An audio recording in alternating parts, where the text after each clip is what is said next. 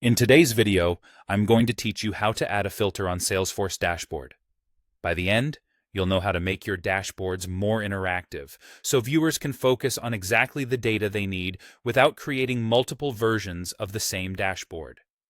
Start by opening Salesforce and heading to the Dashboards tab. Browse to the dashboard you want to work with and open it. If you don't see the dashboard you're expecting, make sure you're in the right folder and that you have permission to view it.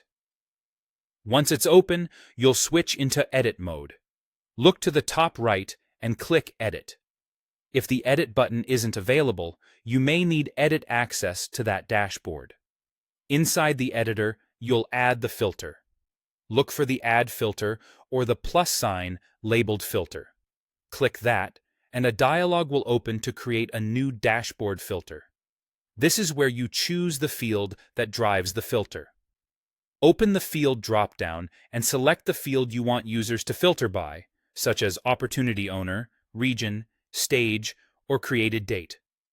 A quick tip: filters work best when your dashboard components share the same field, so the filter can consistently apply across charts and tables.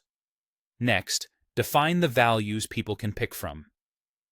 Click Add Filter Value. Choose the operator, like equals, less than, greater than, or another option that matches how you want the filter to behave. Then enter or select the value. You can add multiple values so users can switch between, say, specific owners or regions. If you're using date fields, consider choosing operators that make sense for ranges, like less than or greater than, to keep your options clear and useful. When your values are set, click Apply to confirm them in the filter dialog. You'll see the filter appear at the top of the editor, and the dashboard preview may update to reflect your current selection. To make your changes available to everyone who uses the dashboard, click Save or choose Save and Done to exit editing in one step. Now, when you view the saved dashboard, you'll see the filter drop down at the top. Use it to select from the values you created and watch the dashboard components update in place.